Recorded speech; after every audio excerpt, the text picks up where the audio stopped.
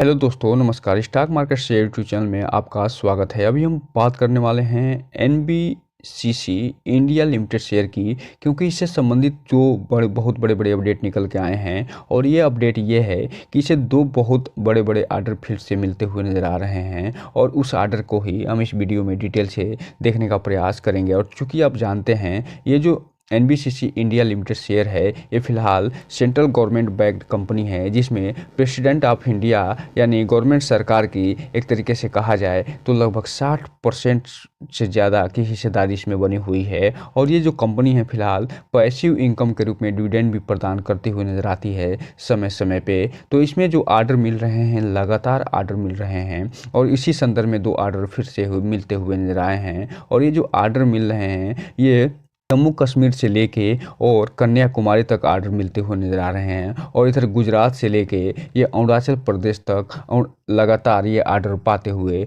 नज़र आ रही है। और ये जनवरी में ही इसे एक तरीके से कहा जाए तो लगभग 1000 करोड़ के फिलहाल आर्डर मिलते हुए नज़र आ रहे हैं। और इसी संदर्भ में फिर से इसे दो आर्डर मिले हैं। तो चलिए दोस्तों, बिना किसी देरी के वीडियो शुरू करते हैं और जो न्यूज़ें निकल के आई हैं उन्हें देखने का प्रयास करते हैं। यहाँ पे आप देख रहे हैं कि लगभग 2% की गिरावट के साथ 89 रुपये 75 पैसे पे बंद होता हुआ नजर आया था। लेकिन जैसे ही 5 दिन का चार्ट पैटर्न निकाल के देखेंगे, लगभग 1% का गिरावट दिखाई देगा। एक महीने में लगभग 9 से 10% का पॉजिटिव रिटर्न निकाल के देता हुआ दिखाई देगा। जबकि 6 महीने का जैसे ही चार्ट पैटर्न आएगा, पूरा मामला बदलता हुआ नजर आएगा, और ये 116% का रिटर्न निकाल के अपने शेयर होल्डर को देता हुआ नजर आएगा। वहीं यह टिल डेट की बात करें तो ये 10% का पॉजिटिव रिटर्न निकाल के दिया है, जबकि एक साल में 131% का पॉजिटिव रिटर्न निकाल के दे दिया है। जबकि मैक्सिमम चार्ट पैटर्न की बात करें तो ये जो कंपनी है, जिस हिसाब से गवर्नमेंट कंपनी है, उस हिसाब से इसमें अप डाउन आता रहता है। और यहाँ पे देख रहे हैं कि ये जो कंपनी है इसी अप डाउन के हिसाब से चलती रहती है। पहले यहाँ पे अप साइड हुआ, फिर यहाँ डाउन हुआ, फिर अप साइड हुआ, फिर यहाँ डाउन होता हुआ नजर आया, फिर अप साइड, फिर और डाउन। अर्थात कुल मिला जुला कर फिर भी ये लगभग 1320% का रिटर्न मैक्सिमम में निकाल के देता हुआ नजर आया है, जब से ये कंपनी यानी 2012 में लिस्ट हुई थी तब से लेके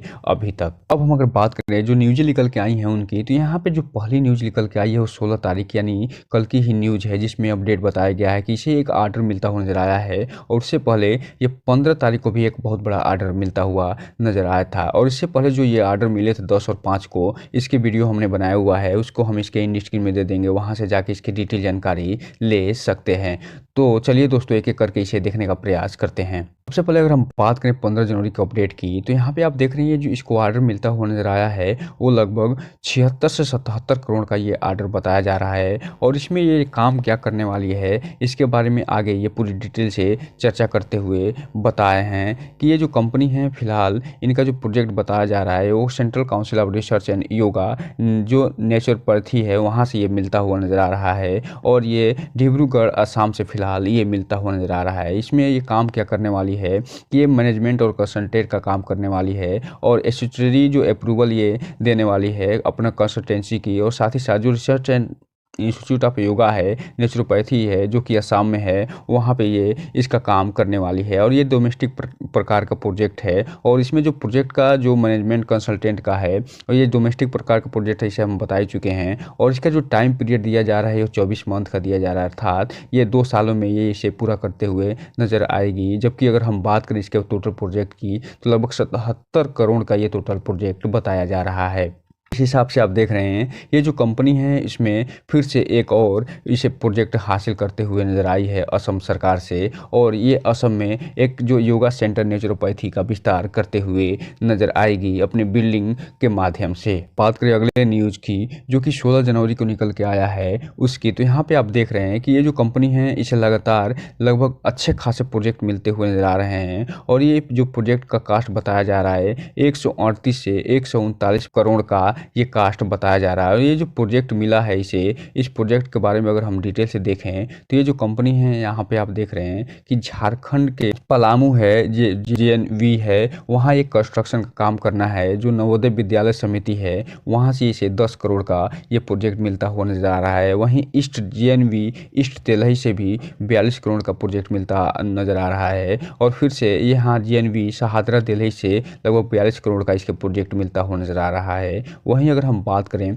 जेएनवी जो नरेला है दिल्ली में ही, वहाँ से भी 42 करोड़ का।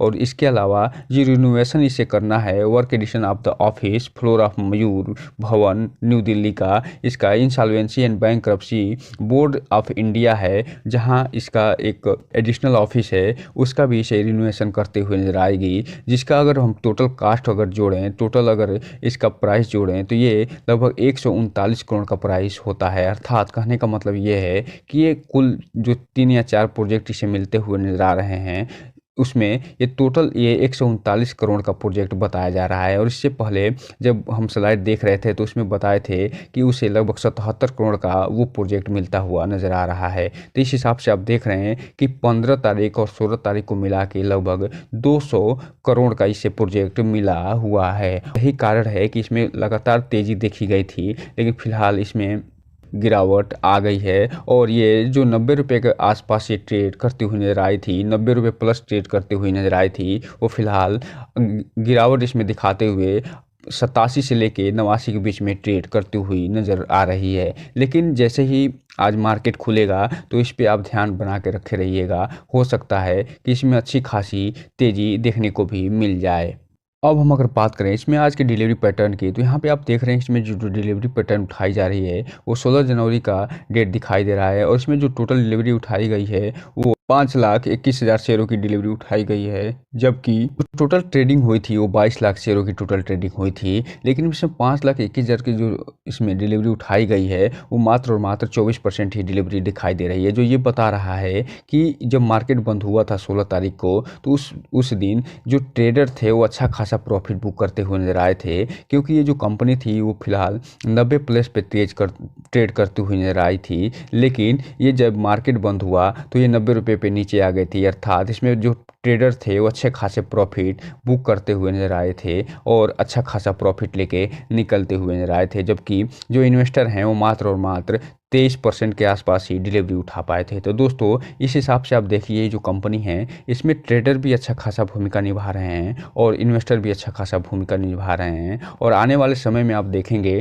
क्योंकि ये रिजल्ट का मौसम आ गया है, अर्थात Q3 का रिजल्ट अब जारी होने वाला है और साथ ही साथ 1 फरवरी को बजट की भी संभावना बताई जा रही है। अर्थात 1 फरवरी को बजट देखने को भी मिलेगा। अगर उसमें कुछ अनाउंसमेंट हो जाता है और इस कंपनी का जो Q3 का रिजल्ट आना है और उसमें अच्छी खासी ग्रोथ दिखा देता है, तो ये जो कंपनी है ये फिलहाल जो 89 रुपये के आसपास ट्रेड करता हुआ नजर आ रहा है, वो जल्द ही 3 डिजिट में भी उसे भी क्रॉस करता हुआ नज़र आ सकता है। तो इसलिए इसमें कोई भी इन्वेस्टमेंट करने से पहले इस कंपनी के बारे में पूरी डिटेल जानकारी लीजिएगा। इस कंपनी करती क्या है, इस कंपनी का काम क्या है, इसके अलावा ये कंपनी का जो प्रोमोटर होल्डिंग पैटर्न है वो क्या बता रहा है, इस कंपनी का जो डेप्ट क्या बता रहा है, इन सब चीज़ों पर पूरा एनालिसिस करने के बाद ही कोई भी इन्वेस्टमेंट करने का सोचिएगा।